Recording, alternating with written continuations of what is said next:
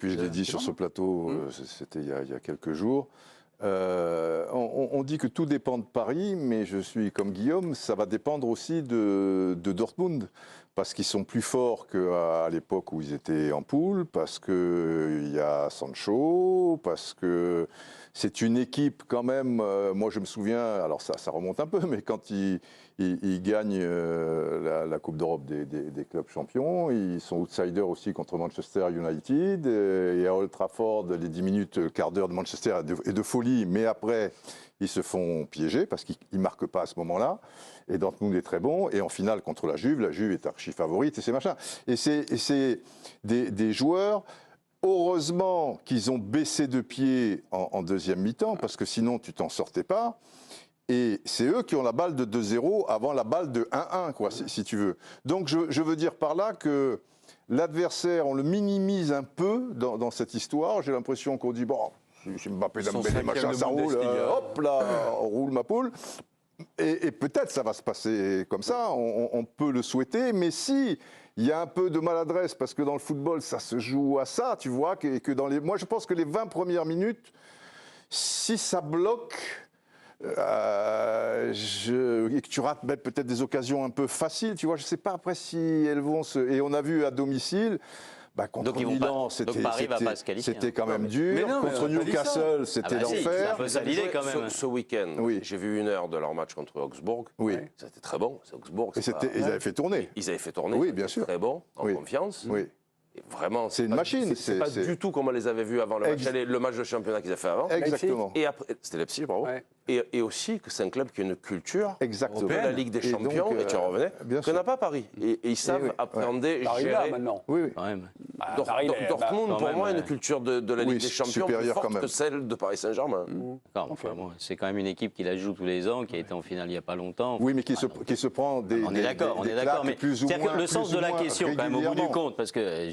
tu sens que... Non, mais le sens de la question, c'est finalement qui va gagner, qui va se qualifier.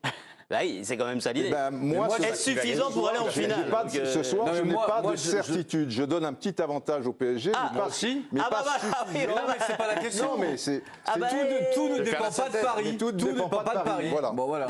C'est pas ça la question. Si Dortmund fait un grand match, ils battront Paris.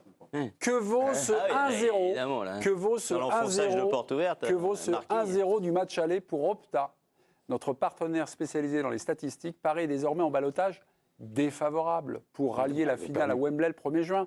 39%.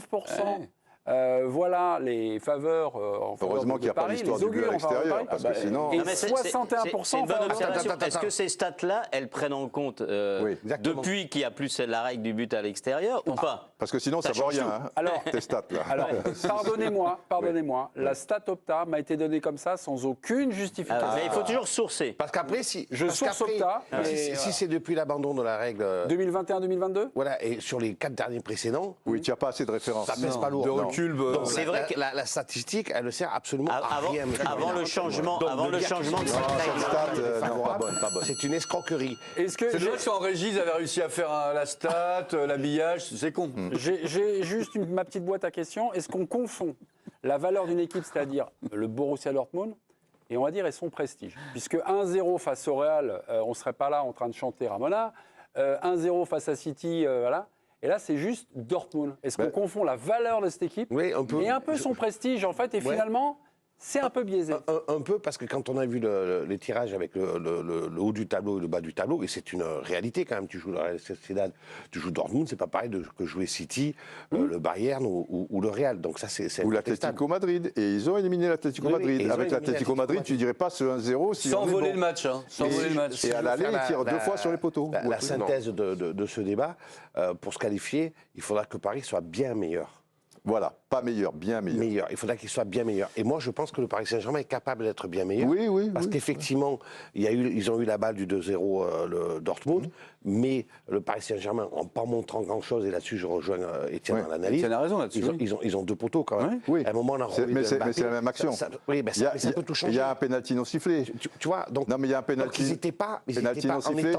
Ce que je veux dire, Didier, c'est qu'en n'étant pas bon, le Paris Saint-Germain, ils ne sont pas retrouvés encore en vie à des années-lumière. Mais est-ce qu'ils n'ont pas été pas bons à cause de Dortmund qui a très bien joué la première mi-temps et qui a fait un bon match, je trouve, sauf qu'après, il s'était un peu éteint, fatigant. Est-ce qu'ils n'ont pas été bons parce que l'adversaire était là et te rendait pas bon, ou est-ce qu'ils n'ont pas été bons parce qu'ils ont décidé de ne pas être bons? Non, je pense que c'est un peu des deux. Pas le bon 11 de départ. Ils ont un très bon coach. On a parlé de positionnement, c'était pas le bon positionnement pour Dembélé, pas le bon positionnement pour Mbappé aussi. Toi, Didier, tu vas te souvenir Paris a tout à perdre, Dortmund n'a rien à perdre. Et en face, il y a un coach qui tactiquement est très fort, très précis. Non, mais le match aller au parc pourquoi Dortmund n'aurait rien à perdre? Qui a à perdre le plus? Alors, puisqu'on fait vos questions, là, qui a à perdre le plus entre les deux? Franchement, Paris ou Dortmund? on vient de parler d'une équipe qui a une expérience européenne, qui a déjà gagné la Ligue des Champions. Mais il y en a qui a 800 millions. Elle est en demi-finale. Elle est en demi-finale. Elle va jouer. Elle a quand même gagné le match aller, etc. Je pense que si tu es supporter de Dortmund, joueur de Dortmund, dirigeant de Dortmund, tu seras déçu. Mais ce que veut dire Yvan, qui est ridicule demain s'il n'est pas qualifié? Non, en tout cas, ce qui est vrai, est un peu fort, mais enfin, tu vois ce que je veux dire, je comprends. La valeur de cette équipe. Louis, moi, je trouve que parle du football. On parle quand même de demi-finale de Ligue des Champions. Quand même, Bernard l'a soulevé. Il y a quand même un côté du tableau qui n'a rien à voir avec l'autre côté du tableau. Donc, quand tu joues une demi-finale de Ligue des Champions, que tu es le Paris Saint-Germain, même si j'ai énormément de respect pour Dortmund, son histoire, si je trouve que cette équipe, elle est pas mal quand même, etc., tu rencontres pas toujours une équipe en demi-finale de Ligue des Champions qui a le niveau de ce Dortmund-là. Ah oui, non, Paris... Donc ils auront plus de pression, les Parisiens. Exactement. Parce que justement, c'est une chance de jouer que Dortmund, comme tu dis, en demi-finale. Mais cette équipe-là du Paris Saint-Germain, peut-être ça lui sera pardonné. Ça leur aurait jamais été pardonné avec un autre entraîneur que Luis Enrique. Ça leur aurait jamais été pardonné si c'était la grande équipe du Paris Saint-Germain avec Neymar, Messi, avec Ibrahimovic avant, etc. Aujourd'hui, c'est censé être une équipe en reconstruction. Ce sera quand même une plutôt bonne saison, même si est éliminé.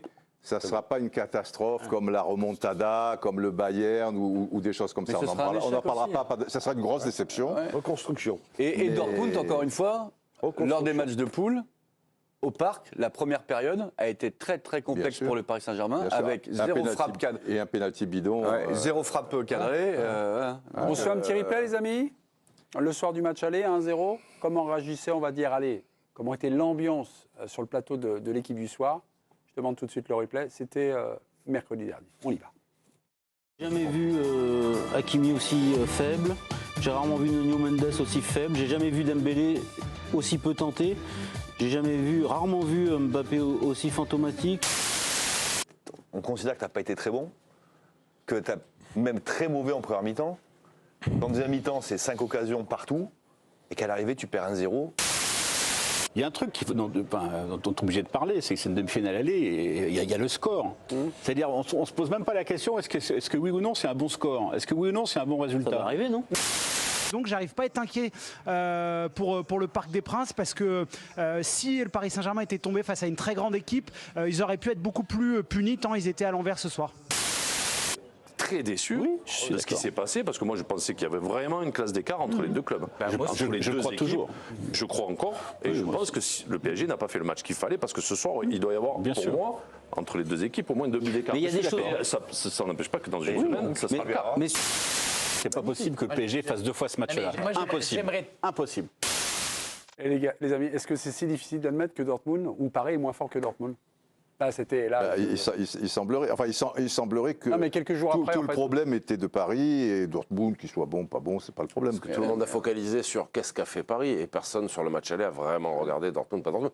C'est des gens qui savent regarder. De toute façon, Yvan, Dortmund, on le juge en France aujourd'hui sur son classement en Bundesliga. 5e. Voilà. On s'est dit, ils sont 5e en Bundesliga, ils sont à 50 points de Leverkusen, ils doivent être nuls. Franchement. Donc ils n'ont pas fait une grande saison. Ils font pas une grande saison. Enfin là, c'est une compétition, différente. Le Barça l'a un petit peu jugé à l'aune de. Mais tu l'as vu, on en a parlé. Tu les as vus les 2 matchs contre l'Atlético Madrid. Ils font 2 gros matchs quand même. Tu parles de Dortmund. De Dortmund. Ah oui, moi, je voulais parler du Barça. J'ai dit, on ne fait pas pour ce qu'on fait pour le Dortmund, on le fait aussi pour les autres. On a quand même jugé ce Barça de cette saison à l'aune de sa saison en Liga, où le Barça est derrière à 14 points de mémoire du Real. Et on a dit donc, sur la saison, le Barça, c'est quand même nettement en dessous du Real. Et les faits prouvent quand même qu'en Ligue des Champions, ils sont en dessous. Tu n'as pas joué, je m'excuse, le Bayern Leverkusen. Où là, je pense qu'à l'aller, tu aurais pu te faire punir et en prendre 3 ou 4. C'est juste ça. Ça n'enlève rien au mérite de Dortmund, qui est une très bonne équipe.